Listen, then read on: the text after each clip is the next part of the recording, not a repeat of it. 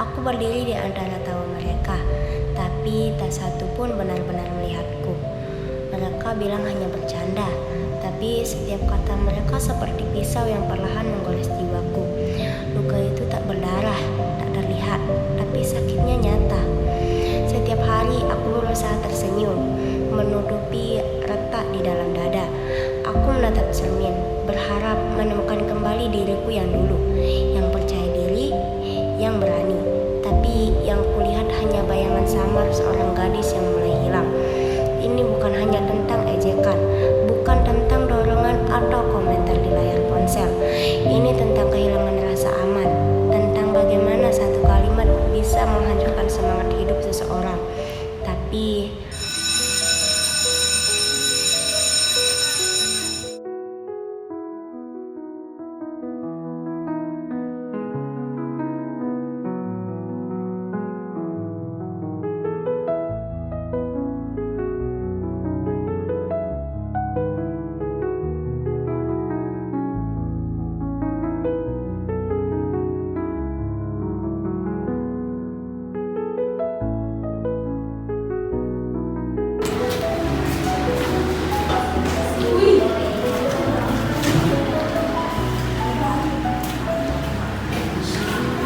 lihat deh, si Sari kayak gembel. Gak heran lagi sih, gak ada yang mau duduk sama dia. Dasar tutup kujuku. Namanya juga anak pelajar. Dasar anak.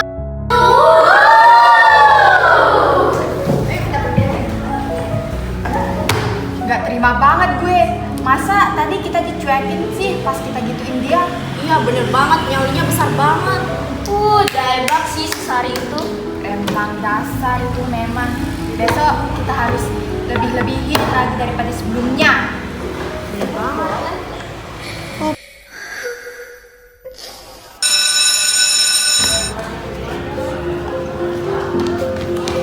Jangan ngalangin jalan dong. Lihat deh si Sari, kasihan banget dia. Dia sampai didorong segitunya. Kita tolong yuk. Jangan, nanti yang ada malah kita yang dibully. Ya udah yuk kita pergi aja. Nih, buat mainan. Wah, biar kapok.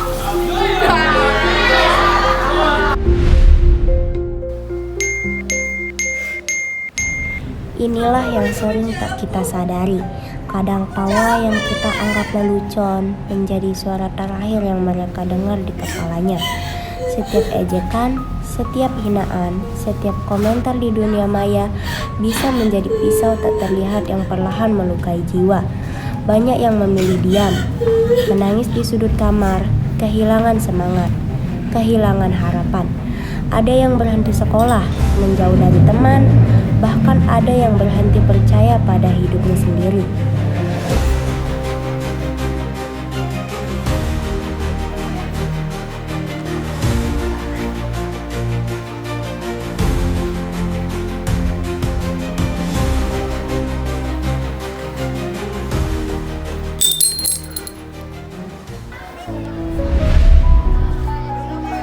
Tapi mungkin masih ada harapan, karena di balik luka yang tak terlihat selalu ada tangan yang mau mengulurkan.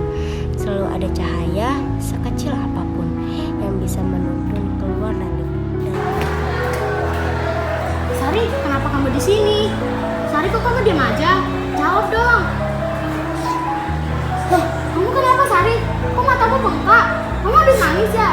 Kalau ada masalah cerita dong sama aku. Aku takut ke sekolah yuk. Mereka hina aku, tuduh aku. Bahkan di internet pun mereka selalu mengejekku. Aku merasa gak ada gunanya di sini. Jangan bilang begitu Sari, banyak kok yang sayang sama kamu. Contohnya aku. Mereka nggak tahu aja kondisi kamu. Tetap semangat ya Sari.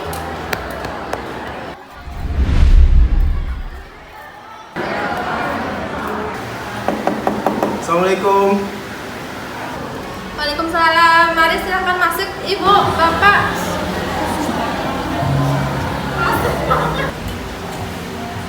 Ih, sama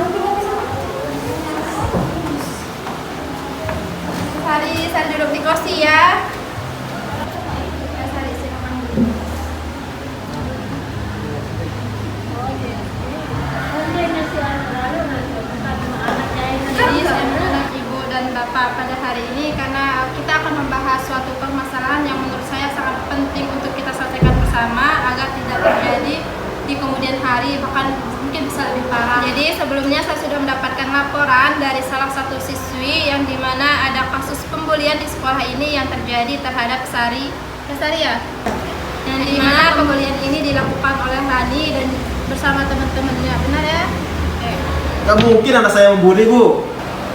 Ya, saya tahu Bapak mungkin tidak bisa menerima hal ini, tapi inilah kenyataannya Bapak yang terjadi di sekolah. Rani dan teman-temannya membuli Sari. Jadi permasalahan inilah yang akan kita selesaikan bersama hari ini agar tidak terjadi pembulian lagi di sekolah ini. Mana ada kami ngebully, Bu. Dia aja tuh yang baperan. Iya nih, kita nggak pernah tuh bully dia. Tapi faktanya Ibu sudah mendapatkan laporan itu dari salah satu siswa yang dimana kalian akan membuli Sari. Rani mau bicara?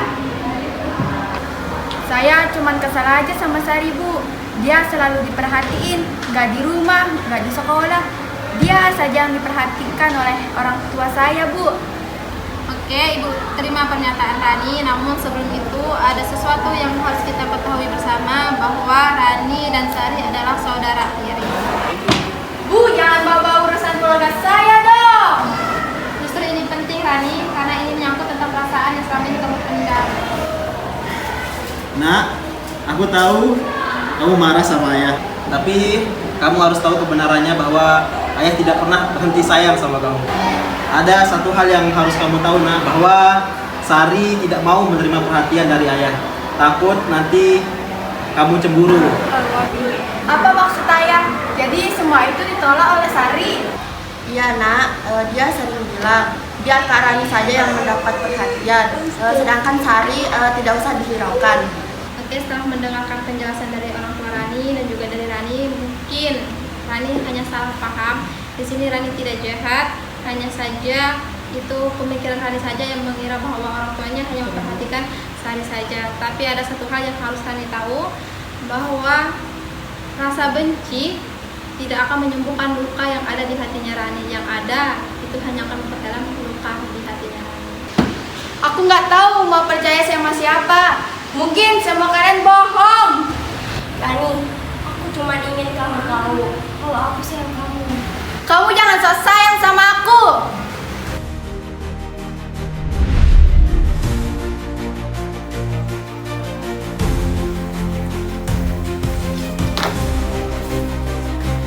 Kamar ini selalu rapi, tapi aku nggak suka semua tentang Sari. Aku mau berantakin aja.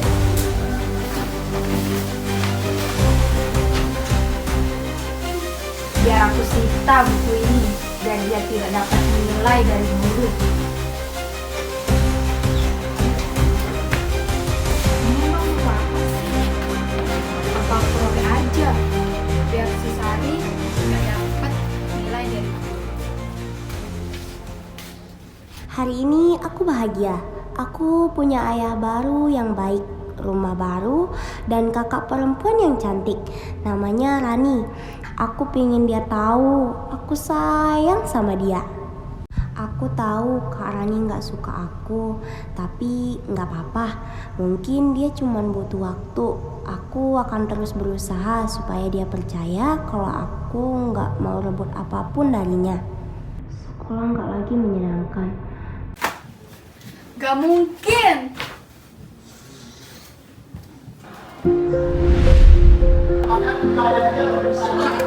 Apa benar ya yang dibuku Sari dan juga kata ayah dan ibu? Aku bingung. Apa aku konsultasi ke ibu guru aja?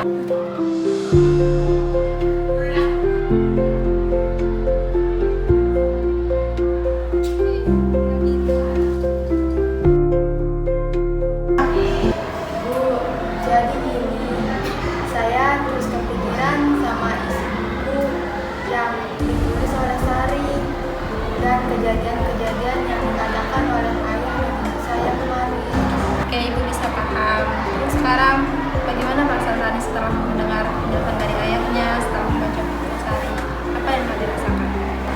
Saya nggak tahu Bu, pikiran saya kosong dan juga hatinya kosong.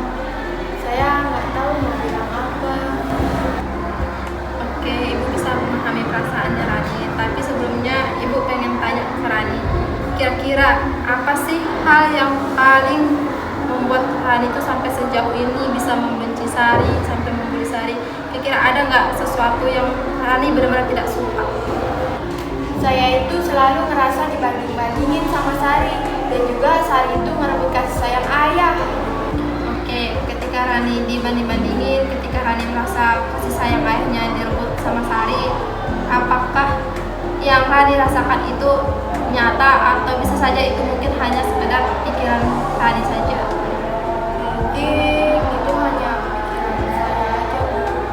Hanya pikiran saja ya. Oke, jadi di sini ibu ingin mengatakan sesuatu ke Rani bahwa terkadang apa yang kita pikirkan itu belum tentu itu kebenarannya. Oke, karena apa yang kita lihat, apa yang kita dengar itu belum tentu menjadi suatu kenyataan yang memang benar terjadi. Karena terkadang pikiran kita ini juga bisa menipu diri kita sendiri. Jadi sebelum kita melakukan tindakan atau memutuskan suatu tindakan, setidaknya kita harus mencari tahu dulu kebenarannya, apakah benar Sari merebut kasih sayang ayah Rani, atau mungkin benarkah ayah ataupun ibunya Rani membandingkan Rani dengan Sari sehingga Rani merasa tersakiti. Jadi Rani harus mencari tahu dulu, benar nggak ya ayah itu kasih sayangnya cuma ke Sari doang. Nah, coba sekarang Rani bayangkan, anggap Sari itu bukan sebagai saingannya Rani, tapi anggap dia itu orang yang sama seperti Rani, orang yang kesekian. Kira-kira apa yang akan berubah dari Rani? Mungkin saya merasa kasihan, bukan benci. Nah, itulah yang disebut dengan berpikir rasional. Rani melihat situasinya itu dengan mata hati, bukan dengan luka, bukan dengan emosi. Rani berhak sedih, Rani berhak marah, tapi penyembuhan dari luka yang Rani alami bisa dimulai dari pemikiran yang positif tentang diri Rani sendiri. Saya masih bisa berubah. Bisa, bahkan Rani sudah mulai berubah ketika Rani sudah mulai datang ke sini, menyadari kesalahan, merubah cara berpikir Rani, itu sudah termasuk Rani sudah berubah. Aku sibuk membenci, sampai nggak lihat siapa yang benar-benar terluka. Aku pikir dia merebut segalanya, tapi nyatanya dia justru menyerahkan segalanya demi aku. Maaf ya Sari. Aku bilang aku nggak butuh dia, tapi sekarang aku sadar, dialah satu-satunya yang nggak pernah ninggalin aku. Aku jahat, aku buta, dan aku terlambat untuk menyadarinya.